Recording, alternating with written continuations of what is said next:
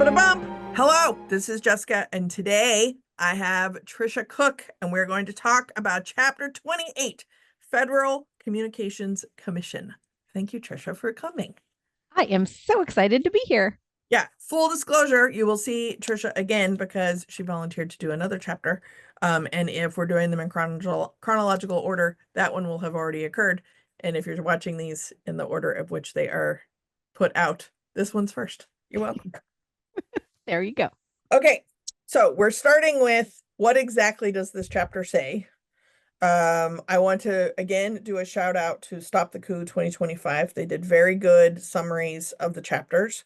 And I think this is a good example. And Trish and I were just talking about this before I hit record.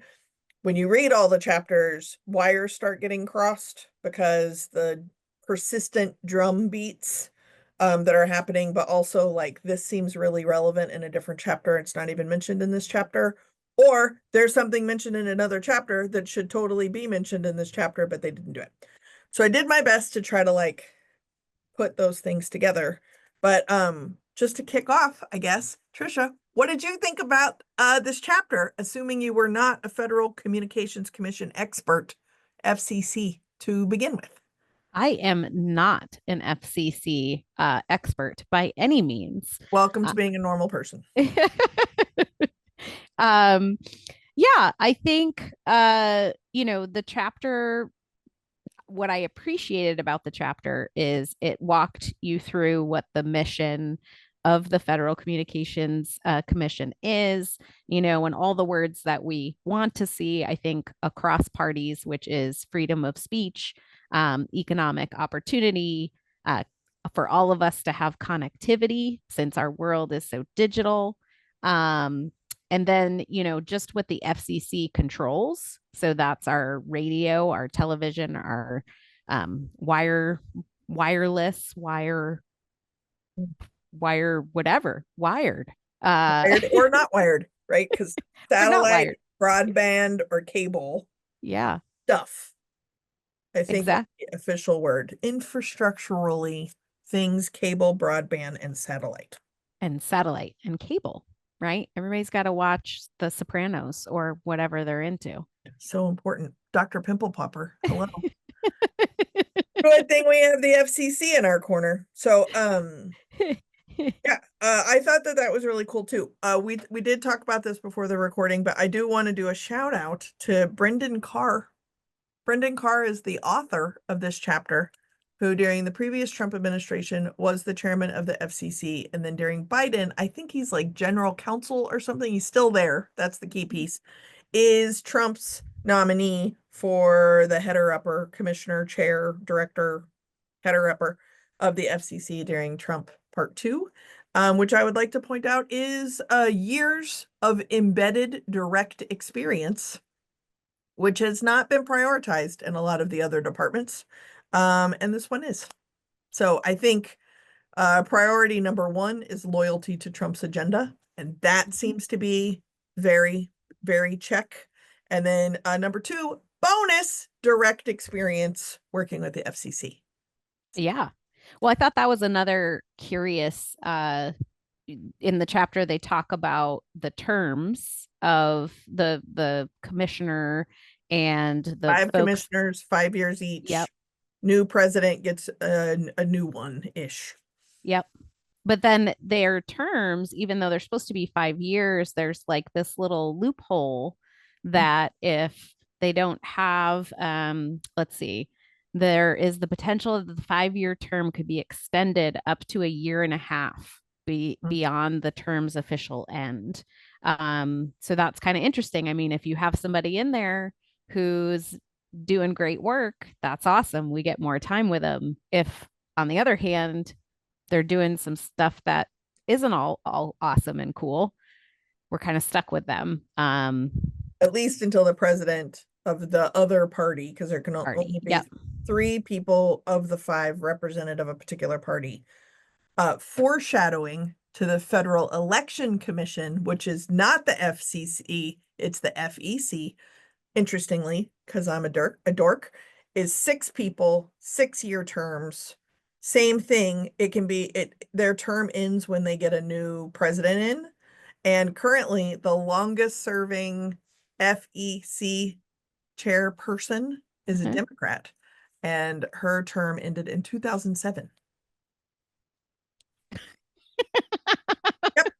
All right. So, what is happening? Okay. So, some of the interesting issues that came out. One, I'm going to say I was pleasantly surprised that the use of the digital divide, the recognition of the digital divide, and how COVID really highlighted who is connected and who is not connected.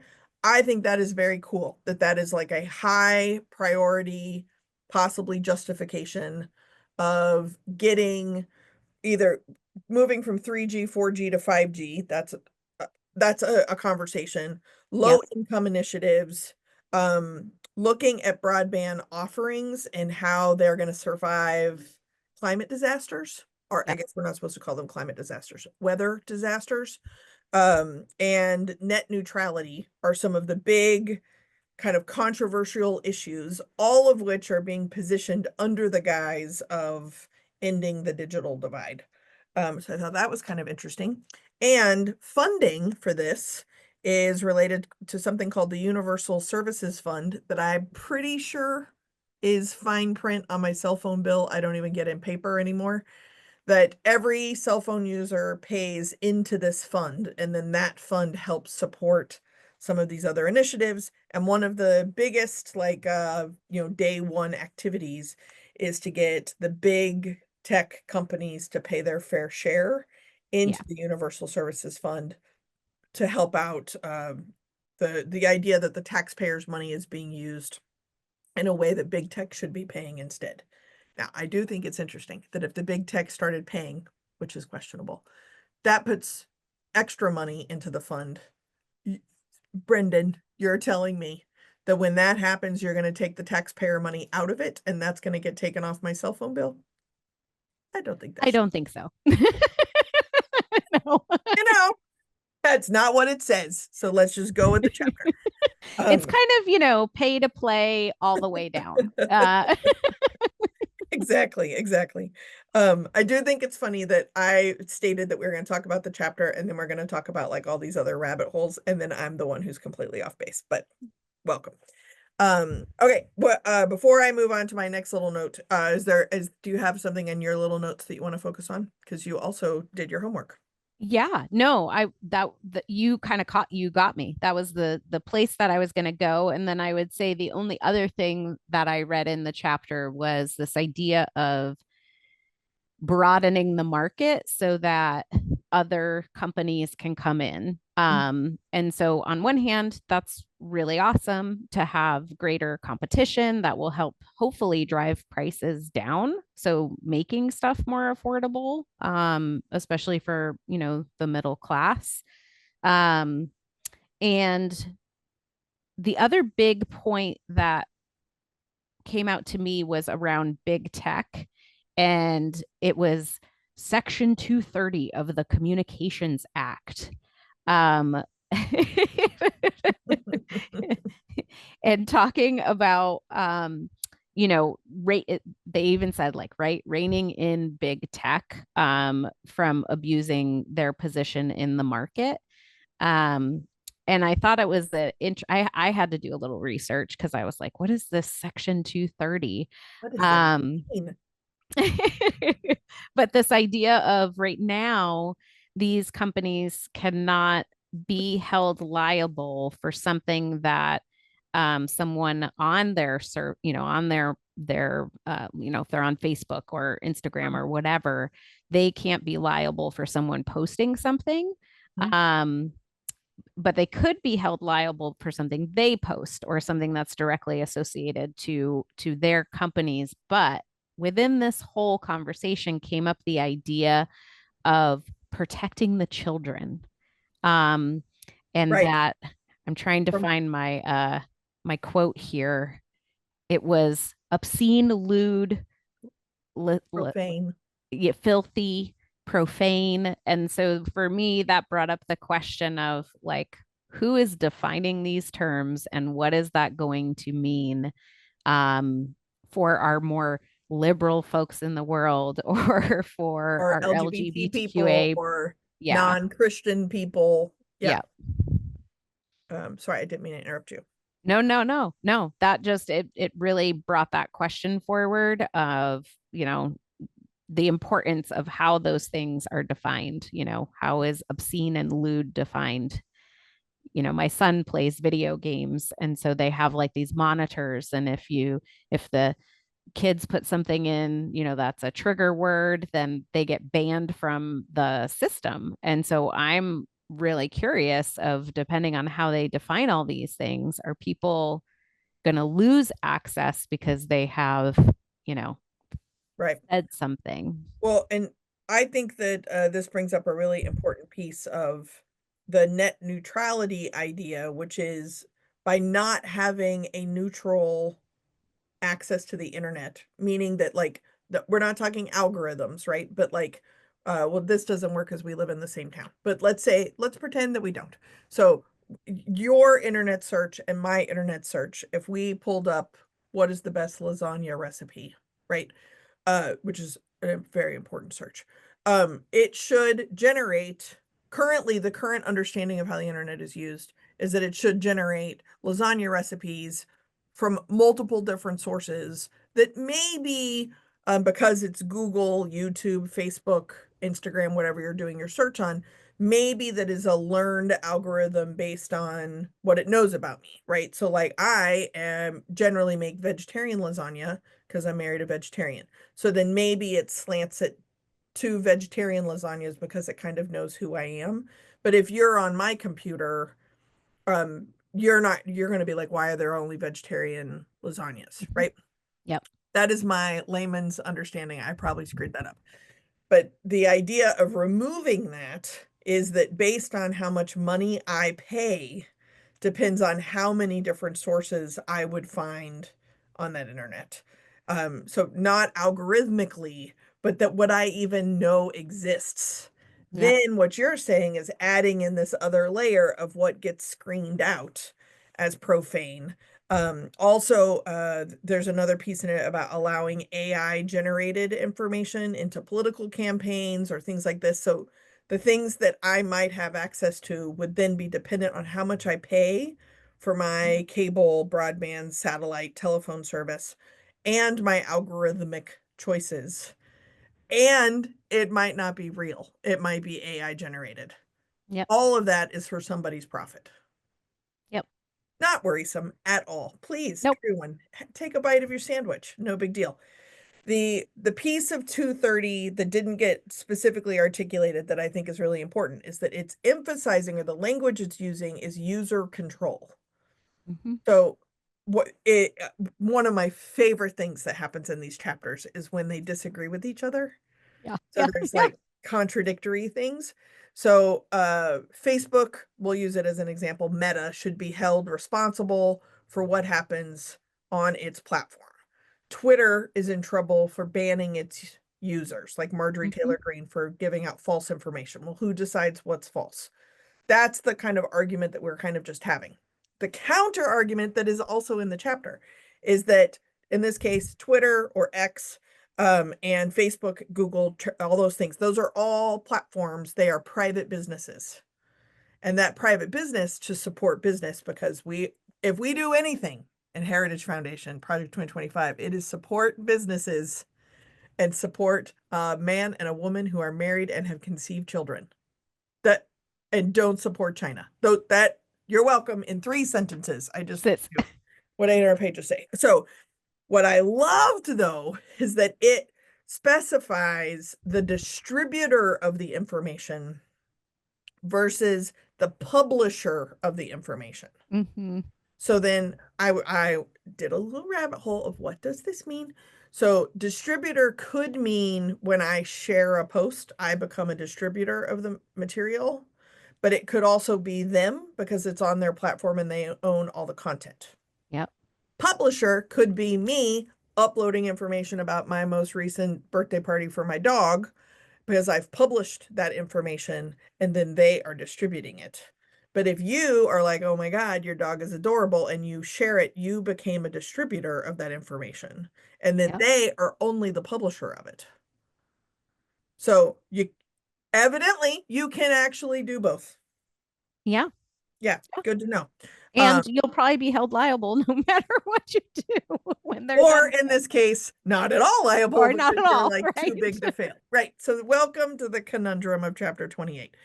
Um, it does also talk about clean standard initiatives, which Yeah. is the idea of being able to provide information in a way that is not biased. And by not biased, it means loyal to the president's agenda, which you keep using this word, but I don't think that word means what you think it means. Um, the monitoring, right? The FCC monitors airwaves, wireless, broadband, telecommunication, all spectrum and infrastructure projects. Mhm. Ugh. So there's some pending ideas of day one executive orders and legislation. I just would like to point out, while people go ahead, grab your beverage.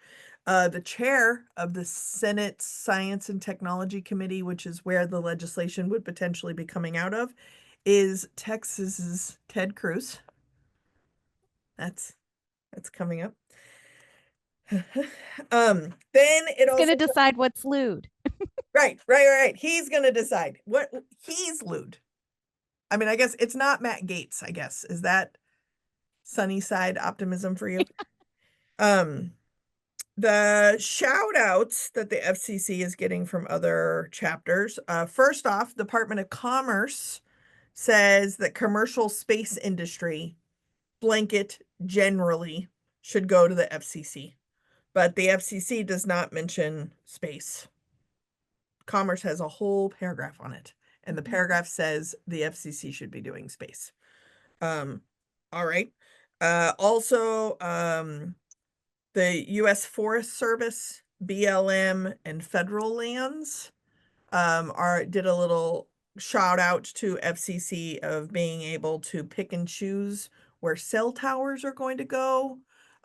There is also a consistent drumbeat happening. I am new to these words, but Googled while I still can Google brownfield versus greenfield projects. Did you run into this? No, but I did have that question because it, So it was basically carte blanche as far as the where to build the cell towers. So tell me yeah. more about this brown and green. Oh yeah, you're welcome. I'm here all week. So brownfield is stuff that is already developed. So Oh. like for example, a friend of mine lives in rural Vermont and on his property is a really big hill and he currently uses it as a runway for private airplanes, right? He's a very cool guy. I sound like I have some eccentric friends. It's true.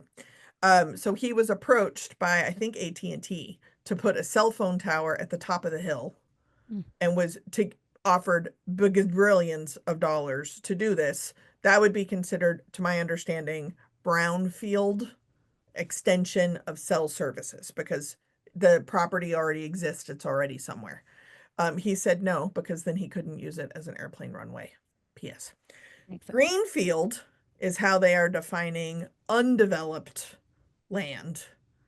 And interestingly, there is a little Venn diagram happening of who is defining what is developed versus undeveloped, used or unused.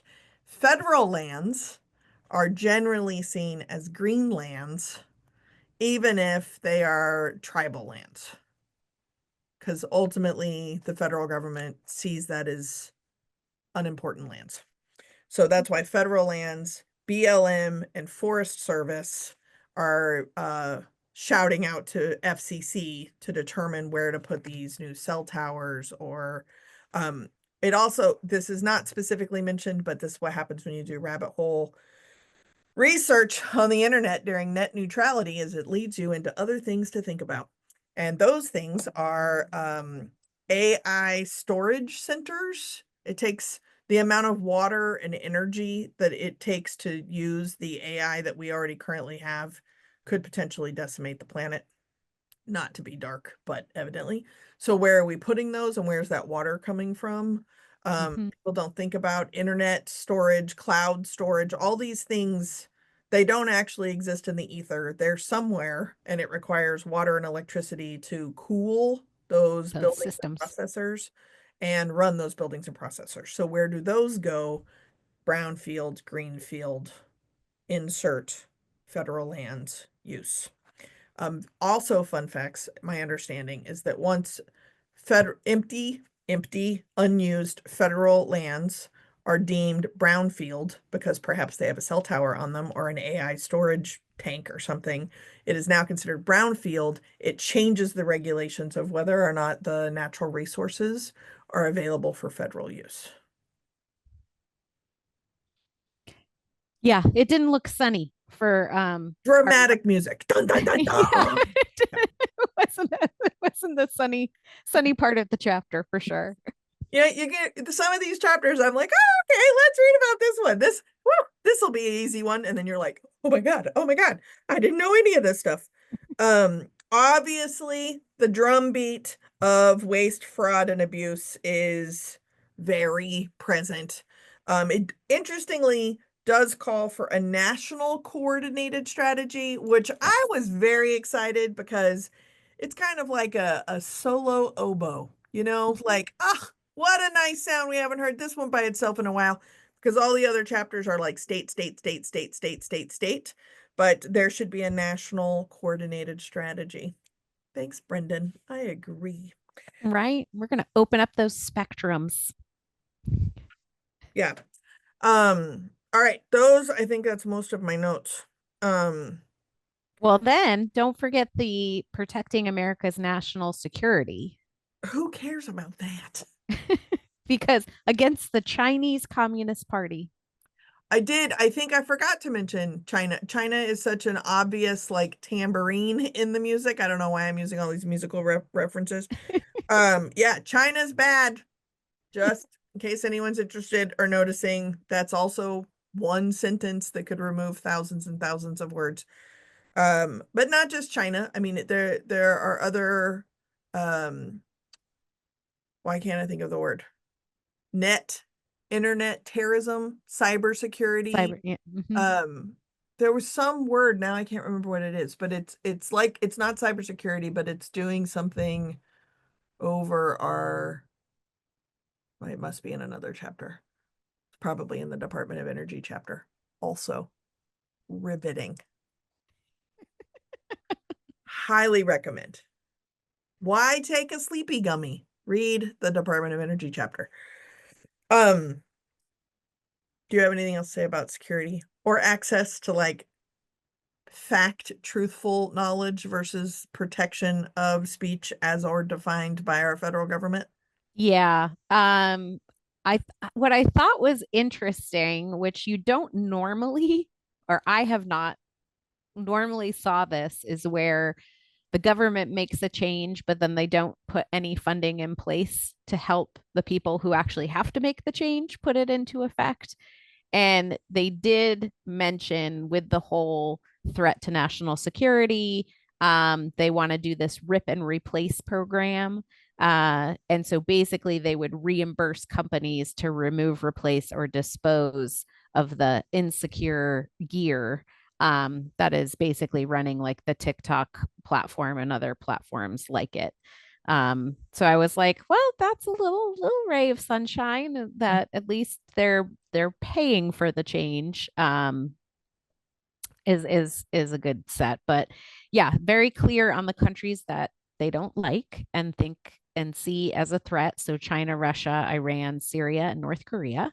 Um, I'm just kind of glancing at my notes here. This is why when people were like, why don't you just talk about the chapters by yourself? And I was like, because my brain will become a stroganoff and I need somebody else to talk about this chapter so that I don't get all confused. You are exactly nailing it. Thank you so much, Trisha. We got it. We got it. Um, yeah, I mean, the other thing that struck me, so basically we're getting rid of TikTok. And even if we don't get rid of TikTok, and they don't sell to us, so that we can, in the capitalist model, make money off of it. And also benefit from the state secret security spy things that they don't like when China owns it. But if we owned it, we would like it. Right. Exactly. So we just need to own it is really what I got from the chapter. And if we don't own it, then what I was reading was that basically they're going to make it inoperable in America because they're not going to let how the information, because it doesn't comes directly from China. There's all these intermediaries and different systems that the information's coming through. And so if the government with the rip and replace, if these companies can't use the gear, then the data can't go through smoothly. So then basically TikTok becomes this boggy little annoyance on everybody's cell phone and then they just stop using it. So there's kind of like this feels like a twofold approach. Like either give it's like the starve them or buy them or both. Yeah. Yep. Mm-hmm. I did see on TikTok last night while I was waiting for brain drain. My TikTok algorithms, just so you know how creepy I am, are baby animals and usually crochet tips. Right. I could see Yeah, why very similar. this comes up as a national security issue, but there were a couple videos that were talking about using Lemon 8 as the backup to TikTok, but it's owned by the same people. And so I just want to, in case anyone that I'm not blood related to actually watches this video, using another service that is owned by the same people isn't helpful because that is also on the list to be banned. Mm. The other thing I was going to tell you about rip and replace, again, rabbit hole material, is I wondered if we did the rip and replace, is what gets ripped out available to be reused in places that don't currently have connections. Mm-hmm. And can find no evidence that anyone gives a shit about that. But it does seem like a decent idea because it might save money because it's better than nothing. And we've identified areas where there's nothing. And what does it say, Brendan? End the digital divide. That could be a way to do it without actually having to produce more material. You're welcome. Okay. End of soapbox. Okay. So generally speaking, the Federal Communications Commission, one, I learned a lot. It sounds like you also had to rabbit hole a bunch. But what's interesting to me is that it also fundamentally is about things that I use every second of my day that I don't think about. So some of the other chapters often talk about the entitlements, which like, housing, clean water, air. Um, whether or not we are entitled to those things, I didn't know was up for debate, but I realized that access to the internet, dependence on Wi-Fi or cell signal, because we live on a cliff on the ocean and just west of us is Japan, the difference between optic cables in the ocean versus cables above ground, what that means when you live on an earthquake fault line during fire season. These kind of infrastructural things are really important and so important that they are absolutely just embedded and rooted in my daily life, right? So today, this morning, for the last 5 hours, I have been doing the Department of Health and Services chapter. Where's my snacks? Gone. That's the answer. Gone. Here, look, evidence. Gone. But to do that, right, I have a printer, I have a big screen, I have the internet, I have my cell phone, which is occasionally distracting me, but I also have this screen, which is helping with Google out of other pieces, where I'm then saving things into a Google Drive so that the other people who, like you, are reading the chapter can access my notes at the same time, so that eventually we can use the internet to schedule a time to meet, to record this to some cloud somewhere in Zoom land, so that I could then upload it to YouTube so that it is potentially available for people who are more bored than us to actually watch. Mm-hmm. And I don't know that I've spent a lot of time thinking about that. The closest I think it's come was when COVID first hit. I couldn't take airplanes to work. My husband is a professor and he had to like pivot to online teaching all of a sudden. and we had like one rinky-dink router. Yep. Right? So we are totally prepared for that. I always think this is a very important distinction. We are totally prepared for that pandemic to happen again. The next one, ill prepared. But that one, we are totally set now. But it's rooted in not thinking about cable, broadband, telephones. Um, I have an old school landline Mm-hmm. because I'm a Gen Xer. I don't know. I have an old school landline. And what I didn't realize is that my old school landline is a wireless telephone. Yeah. It's not wired. I have my printer is also a fax machine. Mm-hmm. And every decade, I have to fax something to someone just for like shits and giggles if scanning it and emailing it isn't an option. So I have like the phone line for the fax machine. I have solar panels with a battery that is storing the energy. And Mm-hmm. none of that is going to prevent me from being able to access information like a net neutrality reversal, definitions of what information should or should not be allowed on the internet.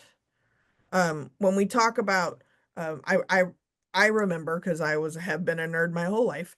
Is I think in seventh grade, it might have been eighth grade, but I think it's seventh grade. I had a self-imposed summer project about the Holocaust. And in 1986, there was not the internet, and so I was doing like, do you remember microfiche machines? Yeah. Yeah.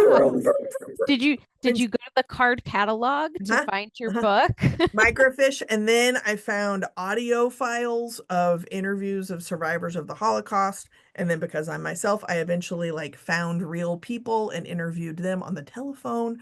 So I did this like extensive research project. And when I think about blanket statements about, I am not a fan of child abuse. I don't I think we've come to a time where we have to like say like no to sex trafficking. Boo. Okay. But when I think about some of the photographic evidence of the concentration camps, I don't know that those pictures would pass some people's PG rating scales Yeah. because they're horrific, Yeah. right? And so this brings me to a big question that I've been bothered by, and I keep asking people, and they keep telling. What's interesting is they keep using examples of religious freedom, which is also a drumbeat throughout this entire document. It means Christian, conservative Christian freedom. It says religious freedom, but that is not what it means. But we No. don't use words for what they mean. We use words that make dog whistles, right? So my question to you, and then we're going to talk about what can we do at our like regular dinner table, like regular normal people. First, probably the biggest of what can we do as normal people is recognize how dependent we have become on things that just magically appear from the sky that somebody is making money off of, somebody is responsible for, and someone is too big to be responsible for. Just sit in that, I think, is probably the first step. But we're going to start wonkified. So here's my wonkified question for you, Trisha. Mm-hmm. Um, as a democracy, we are a representative government. I believe that that is great. That's my bias. So, in theory, we have elected representatives to represent us, to make decisions collectively. Look at this. What did it say? National coordinated strategy. Mm-hmm. Okay. So they're going to determine who and what can be sent out or made accessible to who and when, and maybe why, and possibly how. Mm-hmm. Let's just swallow that pill and say, okay, I, I was an art major, so I'm kind of like, okay, okay. So I swallowed that pill. How do we collectively support truth when truth is not, the word truth didn't even come up? I am almost done reading this entire document, and the word truth has not happened yet. Good, we got 2 more chapters. But how do we protect truth which is a collective moral understanding of truth Yeah. that is not protected religious freedom. I'm not talking about protected freedom of speech. And what's interesting about protected speech is just outside of protected speech is hate speech, right? So we have a definition or like a stopgap of like when speech could hurt other people, yelling fire in a crowded movie theater, that kind of stuff. I'm assuming hate speech related to LGBTQ stuff, racism, gender related things, that's gonna get thrown out because it's all bullshit anyway. So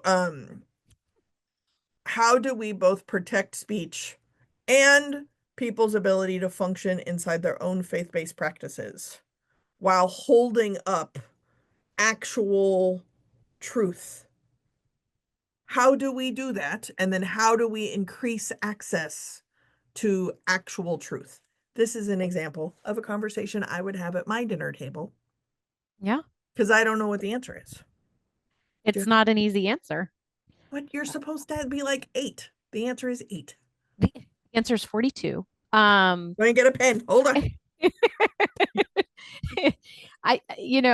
It's culturally, like just speaking from a cultural standpoint, right? It is debate and conversation and looking at all the information that is available and then assessing, agreeing upon what that truth is, right? Because there's no definitive truth.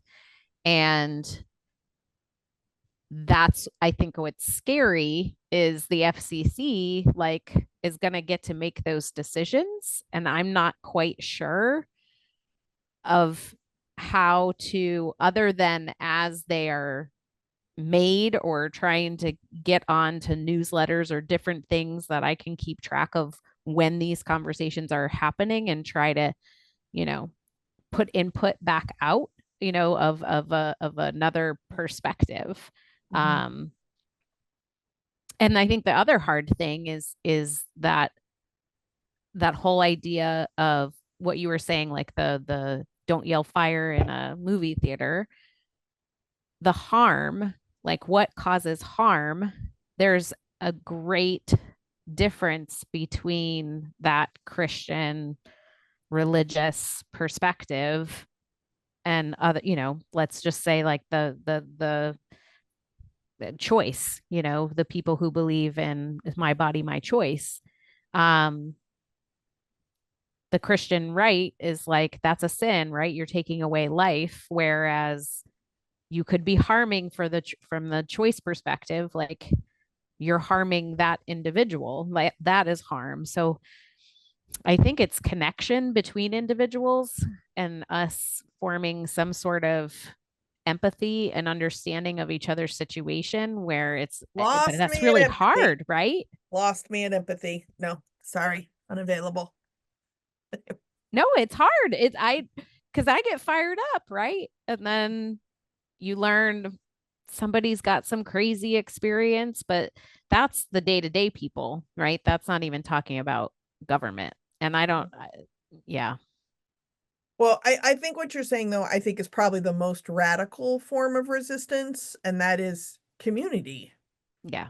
Like, without having to look for an answer, we should be able to have these conversations. Mm-hmm. And for some, it might seem like so obvious. Okay, well, if it's obvious, then answer the question. Mm-hmm. Because it should be obvious is very different than I know the answer. Yeah. You know, I have been in my own work, I have been talking to folks who are devastated at the presidential election results. And so I just said, if let's take abortion as an example. If abortion is incredibly important to you, and they're like, yes, yes, yes, yes. Like, imagine what it felt like in 1974. Yeah. You have waited 50 years, right? When the Civil Rights Act and affirmative action, when they were passed, that did not solve the problem. And we have been waiting 60, 70 years Yep. for some kind of solution. And now they're being rolled back because we never actually even got to a solution. The actual one of the actual justifications of rolling back affirmative action is that states shouldn't need this kind of babysitting. Well, I agree. It turns out, though, we do. They do, at Right. least for now, right? It's Right. not, it's That not would be commonplace. awesome if that was true, but that does not seem true. The same thing with yelling fire in a movie theater. What do you do when there is a fire in a movie theater? You know, or like I think it seems like 100 years ago now, and I apologize that it's not sticking to me what year this was, but there was a active shooter in a movie theater, and we somehow euphemistically know don't yell fire in a movie theater, but there are times where harm could happen if you didn't say something. So Yeah. then we're now at see something, say something, but where the harm is that it's the original piece of harm was yelling fire in a crowded movie theater when there is not a fire, right? Yeah. So if we're sticking to abortion, it is fascinating to me with such declaration that abortion is not healthcare. But when I read that sentence, I hear the quote unquote them, because I would be a pro-choice person, but the them saying that abortion is murder. Right. What's interesting, because I just finished reading that chapter, is that they also are not supporting assisted suicides as part of palliative care. Right. Is that also murder? Okay, let's just again swallow that skittle. Let's say it's all murder. Okay, great. So if an unborn baby can't say no, no, no, I want to live, and so then something is being done to the unborn baby. Side note, I would like to have a conversation about like what is the definition of a baby Yeah. versus a That's fetus, a very important conversation. right? Yes. But that is not where they're at. So to have that conversation from here doesn't make any sense, right? Mm-hmm. There's another court case about you can't deny medical service based on disability. I would agree with that. Mm-hmm. And the actual case that lost under discrimination of disability was about a premature baby that was born with such severe disabilities related to Down syndrome and other things that the hospital at the time of birth did not perform life-saving surgeries on that newborn because they Mm-hmm. determined the likelihood of those life-saving surgeries creating a functional baby was not possible. They Mm-hmm. lost because they discriminated on this baby based on its disabilities. Right? So again, back to truth and what is protected speech and how do we get access to that information? Right. How do we guard? I don't have kids, you're welcome. But how do we guard access to information based on maybe what parents think are eligible for children of different ages or something, or what the child is looking for, what they aren't looking for? I really do think that these are important conversations that we need to have, but we need to have them in community Yeah. so that we can determine what it is instead of lefties just saying that's too restrictive and Yep. righty saying that's too open. Yep. Maybe we're both right. No, it's the conversation that we need to have. And yeah, because what is that phenomenon where if someone holds a belief really strongly and then you're giving them counter information, that it only further solidifies Confirmation bias. confirmation bias? There you go. Like if we keep kind of us and theming every conversation, it's just gonna continue to roll the guy who pushes the boulder up the hill and it rolls back down and smushes him. But I think we need to be vigilant, as you said, and we need to be what decisions are being made by these different government entities, and how can we, Our government entities. yeah, our government entities, exactly. um and having those conversations and elevating our voices. Mhm. Well, I think honestly that is the best we can do as far as active resistance is continually having a conversation even if we don't know what the answers are. Using the internet as long as we have access to it to try and find out information about stuff that we don't know, and really challenging ourselves to get to a place where we can get comfortable not knowing something and then seeking a conversation with somebody else just to be like, what do you think about this? I say in my own work all the time, we need to get more comfortable asking each other questions we don't know the answers to. Yeah. Because then it's not as transactional. And we should hurry because evidently the internet's going to become a monetized transactional place. Thanks, Brendan. I wish you the best of luck, and may you be possibly the only person who actually watches this video.